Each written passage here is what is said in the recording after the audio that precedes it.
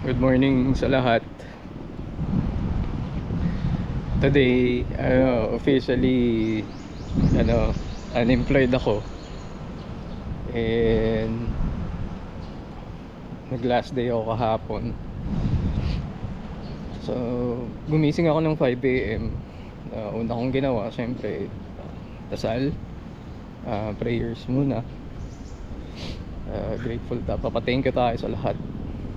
Despite, syempre, mga challenges. Pero healthy pa rin tayo, healthy yung family, and at the same time food on the table, may shelter, maayos naman. And syempre yung forgiveness din for our shortcomings, and maybe yung mga nagagawa, or probably may mga nasabi tayo sa mga tao, sa ibang tao. So humingi lang din tayo ng forgiveness doon. And then nag-decide ako na mag-walk around dito. Tatakbo ulit sana ako, kaso nga lang nung Sunday kasi nag-run din ako 15 plus kilometers. Binisita ko kasi yung mother ko tsaka yung mga dogs, yung anak ko, yung family doon sa Quezon City. So from Marilao to Quezon City, early morning yun. So ngayon walk muna ako around, siguro 15 to 20 minutes.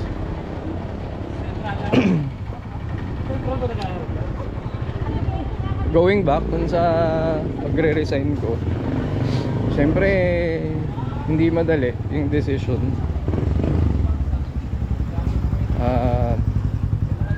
During the notice, yung 30 days, maraming worries eh. Number one, financially, syempre. And then second, may mga applications na kailangan gawin ulit. Kumbaga, sabi nga, back to zero. Pero ayun, grateful pa rin kasi nga madami pa rin kasi tayong pinagpapasalamat eh. Kailangan ko lang talagang gawin yung decision na yun eh. Kasi lately normal naman yung stress sa work, sa corporate, pero siguro dumating lang talaga ako dun sa point na na push. So kailangan lang mag-decide. Months, actually January pa lang.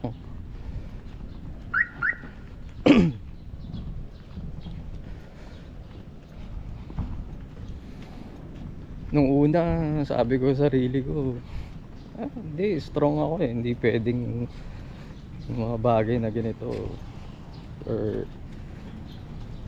may mga pwedeng mangyari na mapupush ka rin.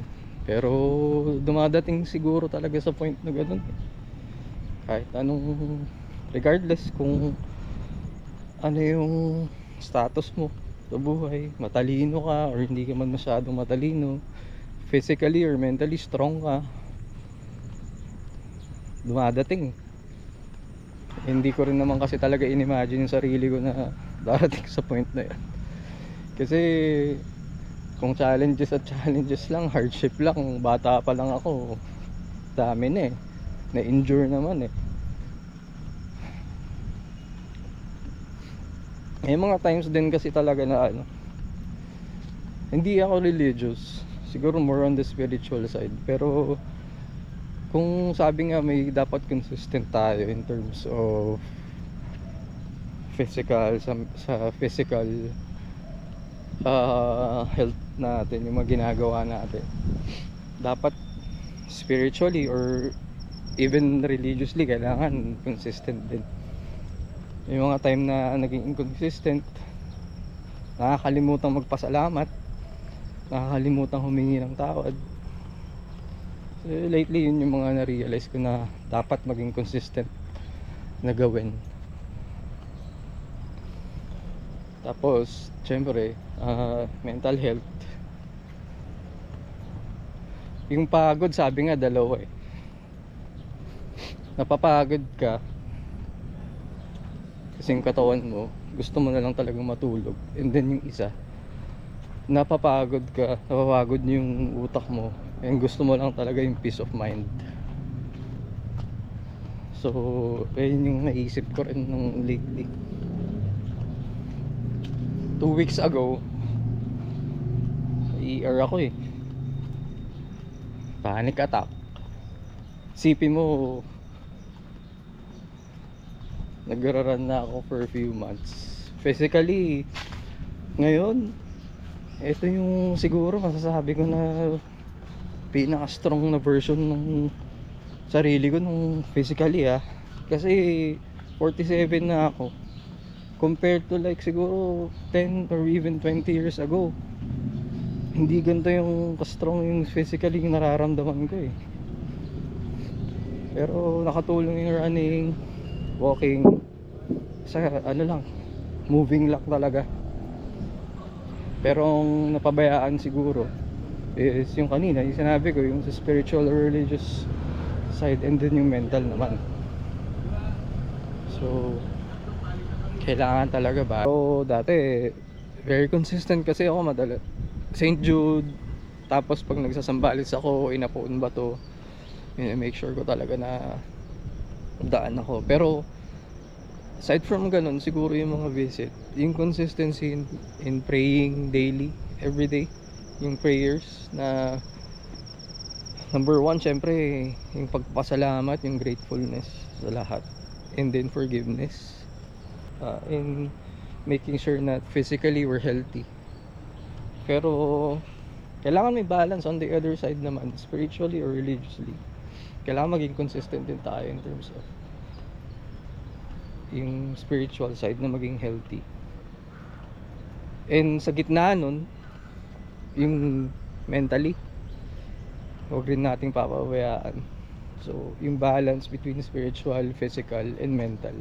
Para sa akin yung mental nasa gitna kasi talaga dapat. Kasi both ways, kapag inalagaan mo naman physically yung katawan mo, and then may consistency rin in terms of the spiritual or religious side, yung mentally maging healthy yan eh.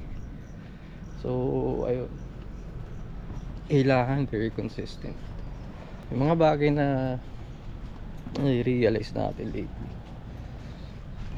Pero anyway, ano naman,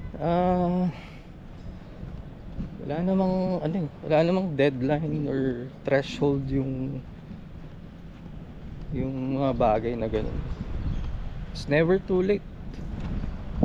So kailangan lang talaga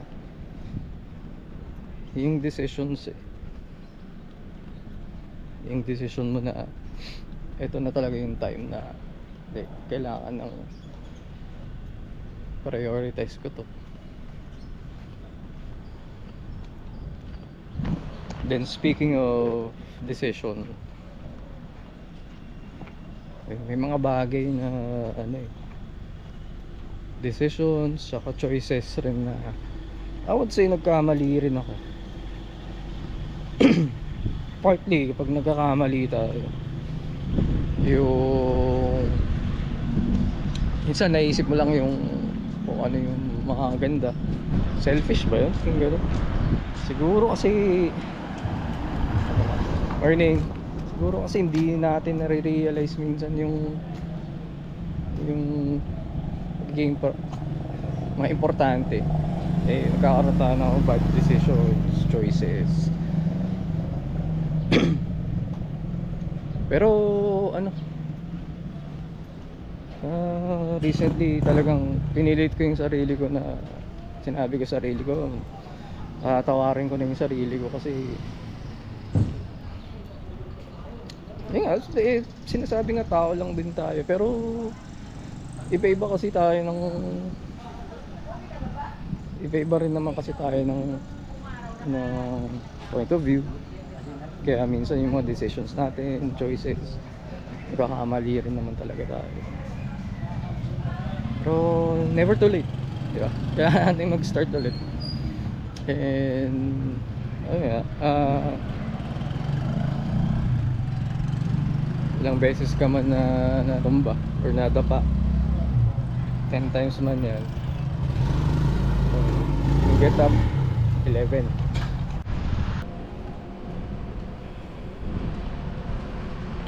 Alam ko marami sa atin nasa parehong situation, based dun sa na-share kong situation ko ngayon. Hindi madali na tanggalin yung mga worries kasi maraming bagay, pero ayun nga, hanggat grateful tayo, tapos patuloy yung prayers natin, and then yung support ng loved ones, family, some friends, kaya natin, laban lang. Hindi madali, pero kaya. So prayers ko lang dun sa mga same situations na mawala na yung anxiety, yung worries, or even yung depression, and maging normal yung daily na life.